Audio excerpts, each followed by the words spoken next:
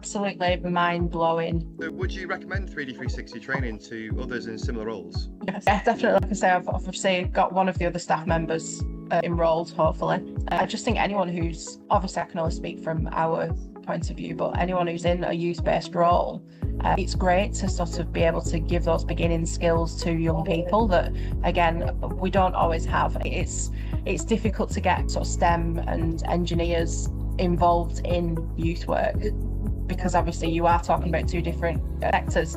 But I think having the initial skills transferable to youth work and being able to show them what they can create, what pathways they can go down, even in terms of like what you guys do, training other people, it's having those pathways and future skills that is really beneficial. Great stuff.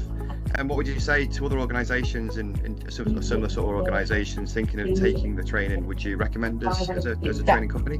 100%. And I think with the introduction of more of the maker zones that I know of throughout the area, obviously I know there's one coming up in Preston, Blackburn have a maker zone. I think it's also useful for other members of staff. Like I mentioned, the one who's coming on this one isn't a maker zone staff at the moment, but hopefully with the introduction of this course, it's upskilling them, and it's obviously beneficial for CPD for any staff member to have that extra knowledge, because some of the stuff obviously that we've been doing is beneficial not just for in the maker zone. You know, there was music implements, there was all sorts on that course that they can bring forward for it.